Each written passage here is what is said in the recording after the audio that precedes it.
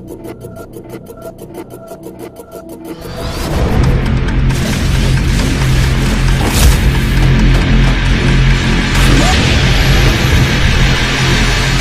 the Bureau XCOM Declassified hitting store shelves on August 20th, I know many of you have been wondering how this game compares to its predecessor, XCOM Enemy Unknown.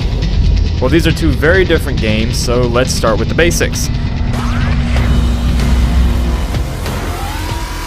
The Bureau XCOM Declassified is a third-person cover-based shooter, while XCOM Enemy Unknown is more of a turn-based strategy game. But while these two games have very different play styles, they still share a lot in common. So let's explore some of the similarities and differences between the Bureau and Enemy Unknown. Back online. Let's start with mission structure. So in Enemy Unknown, most of the time when you go on a mission, you're dropped into these small sort of arenas that are filled with enemies that you can't see right away. And the challenge there is to explore these areas carefully, sort of flesh out these groups of enemies one by one, take them out very methodically, and don't get overwhelmed in the process. With the Bureau, it's almost the complete opposite. Your encounters are very chaotic, very frantic. You're fighting large groups of enemies, and you're fighting all of them all at once, basically. You can see all the enemies can see you, and it's just straight craziness from start to finish. When you finish off a group of enemies, the mission isn't necessarily over yet. A lot of the missions I've seen and played so far have you going from sort of one fight to the next and to the next, usually 3 or 4 fights deep before a mission is over. Back on you, Commander. So when you're going through these levels in the Bureau and fighting all these different groups of enemies, chances are some of your teammates might end up dead. In fact, a lot of your teammates might end up dead. But between this game and Enemy Unknown, death and dying and bleeding out, those systems sort of work in much the same way. Basically, when your characters take too much damage, they'll fall down, they'll start to bleed out, and you have a certain amount of time to resuscitate them before they're gone for good. I need reinforcements. Where these two systems differ is that in the Bureau, there are these checkpoints you can pass through that will allow you to bring in new squad members to refill or replace fallen teammates. Whereas in Enemy Unknown, if one of your squad mates died, you were pretty much just out of luck until the end of the mission.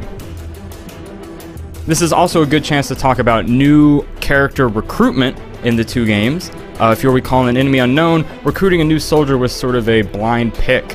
You would recruit new soldiers, they'd come in, but you didn't really have any say over what their stats would be or what class they would be or anything like that.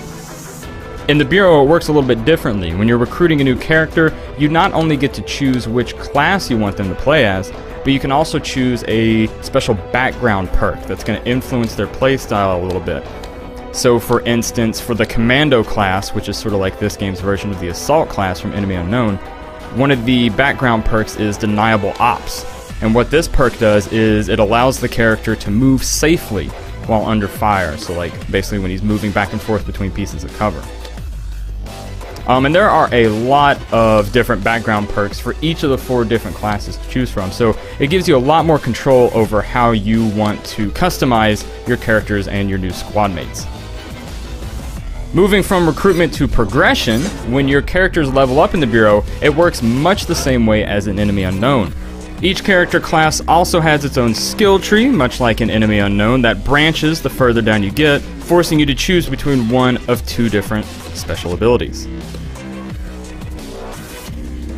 Ammo is another interesting point of difference between the two games. Obviously in Enemy Unknown you didn't really have to worry about ammo. The only thing you really had to manage was how often you reloaded your weapons. In the Bureau you do not have infinite ammo, and oftentimes I found myself running low on it. When that happens, you do have to leave cover, you do have to switch up your tactics and scout the map for discarded weapons or ammo caches to refill your guns.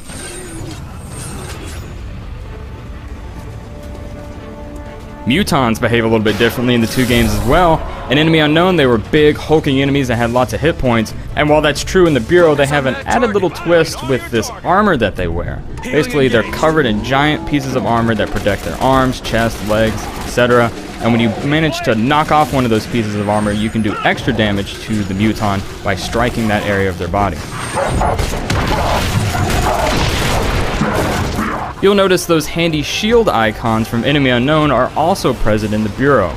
The half shield and full shield icons let you know how much protection a piece of cover is going to offer you.